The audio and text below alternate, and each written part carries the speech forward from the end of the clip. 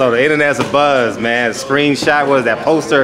Everyone been reposting your poster. You getting what you asked for, Caleb? Yeah, finally. Finally, man. Talk about the matchup, and first talk about the road to get to the IBF World Championship fight. It's too long. And people think it just started in 2014, you know, when I turned pro. It's been going on since I was 9 years old, you know. And everything since then and before that has been preparing me for this moment. And a lot of things that people know about, but too many things that people don't know about. And you know, a lot of things I didn't ask for, but you can't complain about the hand you was dealt. You just gotta, you know, make the best hand. I think I've done that. You know, take the hand I was dealt and turn to the best thing I could. And now it's just about playing our cards right come fight night. Fight night. Now everyone's anticipating. You don't have a date check. You don't have anything. What can you tell the fans about? I tell them to tune in. Tune in. But it's a guarantee. It's the next fight. Yeah, it's official. It's official. So me and Jose, it was a Gatigi, it was a Taggy. You know, whatever. You gonna give him a nickname? You gonna give him a nickname for the fight? Who's a titty boy? I don't know what his name is. Who's a titty boy? I can't pronounce it. But, Jose. Me and Jose are fighting. You know, he's a dude who a lot of people ain't been wanting to fight. I'm a dude a lot of people ain't been wanting to fight. And now we're getting in there together, and we're gonna figure out who's who and what's what. And I'm excited about that. So.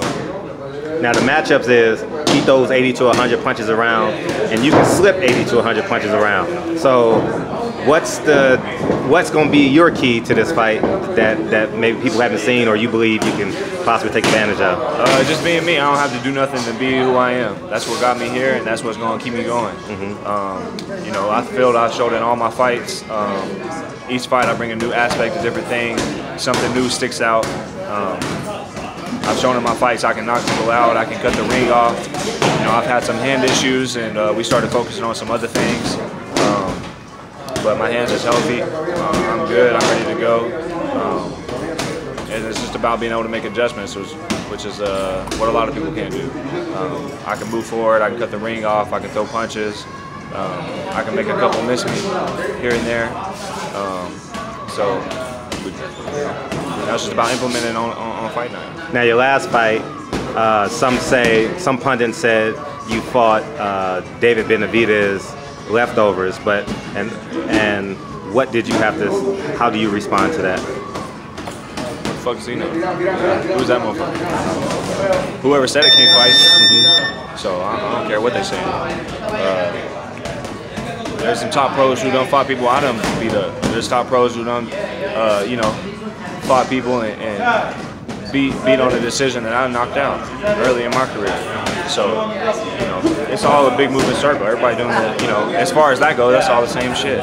So, you know, Porky had a win or two after the Benavidez fight by knockout. And, you know, they got him back rolling and they put him in there with me. So, ain't nobody ever boxed Porky like that, ever. That man landed 65 punches. That's 5.5 punches around. James Aguil really got beat. Jose Uzumaki didn't do that.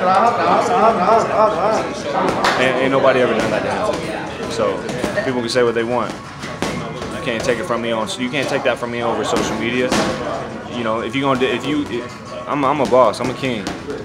So if you're gonna take something from a boss or a king, whoever it is, you got to do that in person. You got to come physically do that. You can't do that over social media.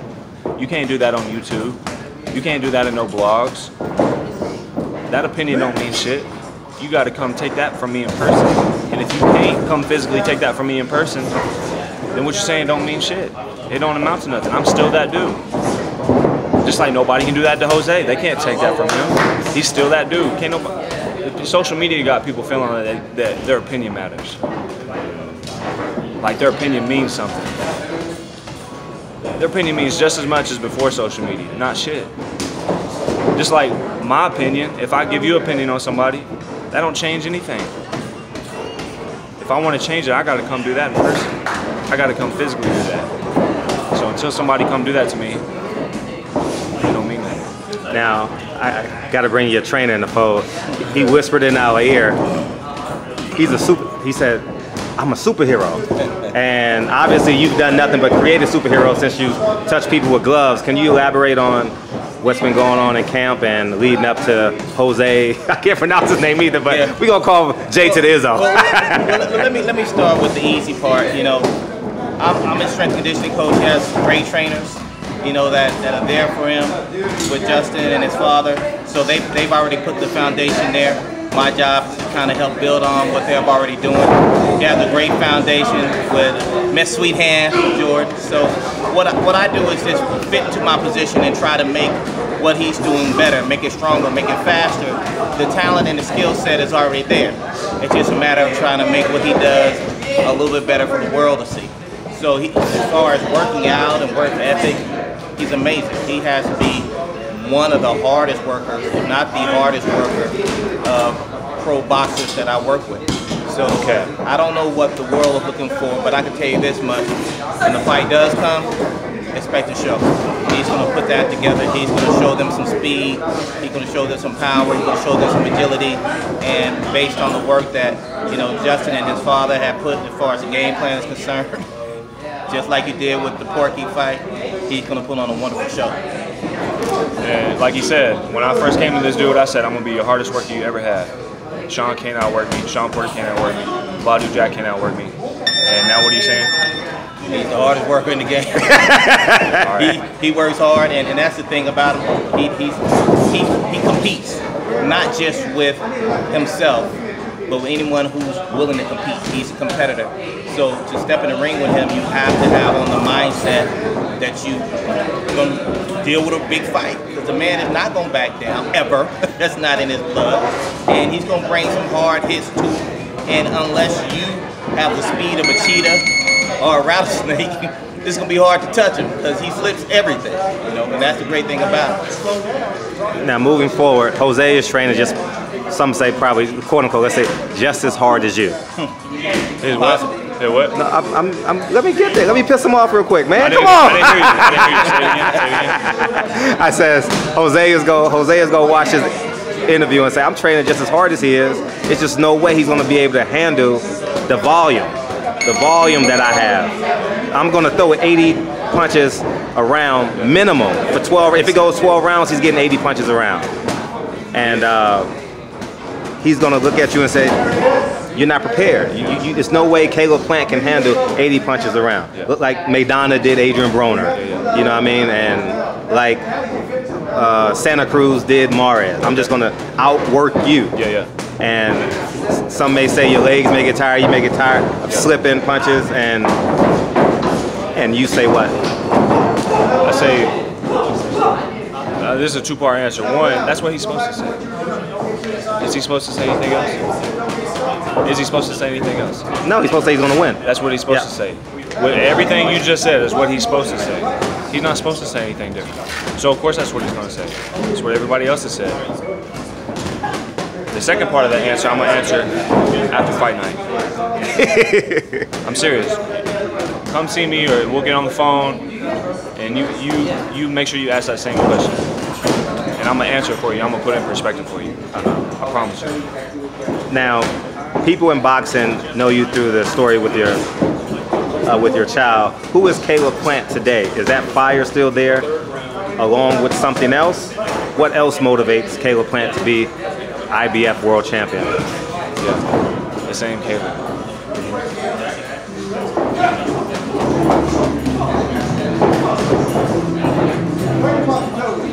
It's your day. This is what you've been waiting on. Since I've known you, I'm going to be world champion. I remember we had this conversation in LA. I'm going to be world champion. Do I look like the same Caleb, or do it look like the fire? Yeah. You're there, Caleb. Your eyes. I'll say this. And I'm not saying, people know I don't bullshit, so like, it's there. You've been saying this since day one. I'll say this much. When I first got introduced to this young man, and the concept came across of me having an opportunity to train with him, and I do look at it as a true opportunity. He says to me, hey, you want to work with me because I'm going to be a world champion. And I believed him then, and I believe him now. So there's no question that his day is coming. I asked you that question. It looked like it was a promise to your daughter. It was an absolute promise to your daughter, correct? That fire, that's not a fire that gets put out. You understand? That fire don't go away. I wouldn't be able to explain it to nobody unless they've been through it. You know what I'm saying? I can sit here and waste your battery life on your phone if you want, but they're not going to understand unless you've been through it. That pain don't go away. That fire don't get put out. Let's assume you make room for it.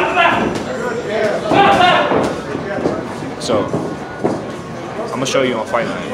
Just tune in. And the question's gonna answer itself. If I still got the fire, if I'm still hungry, if I still want it. I promise you, man, I know my dad hates when he says this. When I say this, he's standing right there. I promise you on my daughter's last breath. 10:55 a.m. January 29th. I promise you, I will die in that motherfucker. I will die in there. If I die winning, I'm cool with that. My life will be complete. I'll be done. I'm cool with that. And if I die trying to get it, I'm cool with that. I promise you. I promise you. I promise you. I promise you on everything I've ever loved. I promise you on my daughter's last breath. If I die trying to get it, or if I die getting it, I promise you I'm okay with that. I'm okay with dying. I mean that to my fucking core. I'm not one of these dudes who be trying to get people hyped up and because they saying a bunch of shit they don't mean. I mean that in my heart of hearts. I promise you, Fred. You know me. You know I'm not bullshit. I promise you, Fred. I will die in there. You have another special woman in your life. You know, she's a great chef, as we see on Instagram. Can you talk about how Miss Sweet Hands has played a big role in your development as a man and fighter and professionalism? I mean, you know, after Aaliyah and that whole situation unraveled, and I dealt with that, put her to rest, and moved forward. You know, as best as I could. I don't know how you move forward, but you know, just the best that you can. You know, it's not something I was looking for, or, you know, reaching for. It just kind of, you know, she came and found me. You know, and she'll What, you back Pretty that Tony? up. What do? You the Tennessee Pretty Tony? What the fuck know? you talking? She came and found me. You ain't even see that movie, right? You saw the Mac? You see the Mac? Don't worry about it. Don't worry about it. I might be too young. He was too young. They don't even have it no more. Okay. But yeah, I fought in LA against Anderson Rodriguez. You might have The been Novo. That the Novo fight?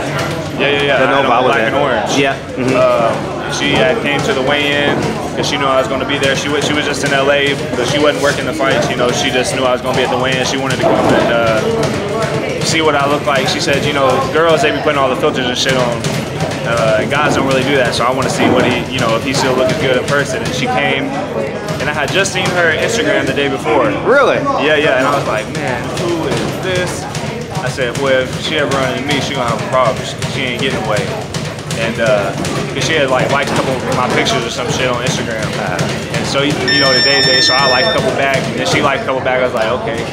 And then I was like, I promised myself, I said, boy, if you ever meet her, you gotta go talk to her. And the next day at my weigh-in, I'm sitting down, you know, I'm a pretty serious dude. So, you know, I'm trying to focus, and I look up on the wall, and she's standing on the fucking wall right there. And I said, oh my God. And I just glanced over, and I looked back real quick. And she said, afterwards, she said that she had went and stood there on purpose because she knew I would have looked over there. You know, motherfuckers are sneaky, boy. And then I got up and weighed in, and then there was some water in the back room. And after I weighed in, she went and stood by the water because, of course, after I weigh in, I'm gonna, you know, get something to drink. So she was plotting the whole time, man. She was setting it up, and No so cap. I went over and introduced myself, and you know, and then I just said, oh, well, it's nice to meet you. And I guess she said she was expecting me to ask for her number, you know, but the prettiest girl in the room, you can't do that. So I just left her hanging. And I'm going to tell her, and then she messaged me later and said, hey, and then, you know, it just went on from there. But yeah, she's been a great woman, you know, cooking, cleaning, you know, just supporting me, being there for me through good times and through bad times. And, you know, I think a lot of people love what we got going on, but there's a lot of people out there who don't like what we got going on. But either way, it's going to keep going on. So. Now after the IBF strap, what's next for Caleb Plant? It don't matter to me. David Benavidez. I think a lot of people agree this is the toughest dude. You know, besides myself, this is the one people call the boogeyman. You know, the one that people ain't really wanting to fight. So, you know. Style, this is a perfect fight. So after this fight, who, you know, go ahead and knock the tough dude off, who else is left? You know? So it don't matter to me. David Benavidez, I promise you that. David Benavidez will be easier than Jose. I promise you that. I promise you that. How's the power? How's the power? How's the power coming? My power? Yeah, I spoke to Coach Wade about it. I'll let other people speak on it. You know, of course, just like what you said about Jose, he's supposed to say that. So, you know, it don't matter what I say. Of course I'm going to sit here and say, oh, my power is good. You know, let the coaches say. Let the other people say it. So I'm going to let them speak on that. How's the power? He's a superhero now. How's the power? Well, here's the thing. From the time that I got with him, he's always had wonderful work ethic. Integrity is amazing. So he pushes me to have to push him. So when you got a boxer in there who wants it more than anyone, even more than the trainer can give him, he's always asking for more. He's going to get stronger. I mean, since the time that I started working with him, from the first camp to the second camp, it was 100% improvement. From the second camp to the third camp, it was 100% improvement. Now we're talking about a 300% improvement in his strength since that moment. So he even told me the other day, I'm relying on my power more because I like it. You know, so you're going to see a variety of things happen in the ring, and that's what makes it exciting. Everybody knows he's a superb boxer, but what they don't realize is he'll knock your ass out too. So you get a chance to see don't both. look like that. I bet he don't look like that right now. I see you with the sauna suit on. You're already cutting weight. Cutting weight, so the fight's coming soon then. I don't even know. I mean, you know more than me. But I'm excited for your future, man. Totally excited for your future. we ready, man. We're working. I promise you, man. This is all my life's work. In the boxing ring, out of the boxing ring, the good, the bad, everything. This is my life's work right here. Coming down to this one moment. How old were you when you started boxing? 9. I just turned 26 July. 16 years. Yeah. It's your time. You've been calling it out, so fans gonna fuck with you. I want real fights. I want real fights. Win or lose or whatever, y'all decide that. I want real fights. That's what boxing is about. I never thought when I turned pro that it would be so tough and so hard to get quality fights. You know, I thought it would be a lot easier. And it's almost been a shame, really. Man, social media fools a lot of people. I'll say that. Social media fools a lot of people. I know about a lot of shit that would just make people roll their eyes. It's funny. But we're here now. So. Last words, Coach Wade. You know, the reality of this thing is, I heard you ask me a question earlier, and that's this. I always thought, based on how I was introduced to the sport, was boxing's about hitting and not getting hit.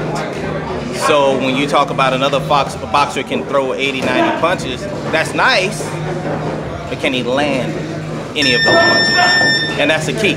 So if he can't land them, he could throw 100, and Caleb can still do what he needs to do. So Sweet Science is about hitting and not getting hit, and if that's the case, we got the formula necessary to win this fight. Last words. Everything done been said. And no more talk about it. We're just gonna see about it. Appreciate you, Caleb.